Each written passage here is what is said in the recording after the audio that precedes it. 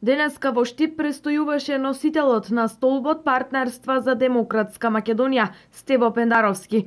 На денешната посета тој акцентот го стави на двете актуелни прашања, избирачкиот список и специјалното јавно обвинителство. Тој истакна дека е потребна широка граѓанска иницијатива од невладиниот сектор и сите останати поединци, дека избирачкиот список мора да се пречисти.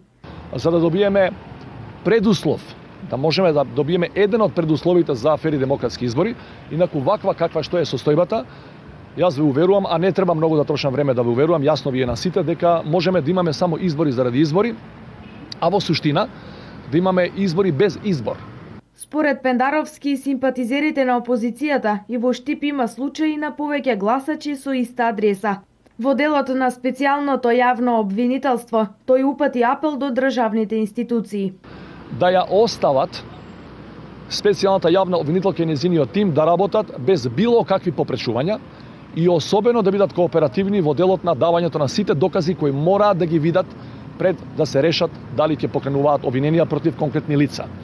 Значи, во изминатиот месец дена сведочиме дека таа институција која треба да е еден од столбовите на кои треба да се гради новата Република Македонија, новата демократска и европска Република Македонија, дека таа институција е практично спрепнувана на секој чекор и по информациите кои ги имаме до овој момент, тој притисок врз СЈО само ќе се засилува.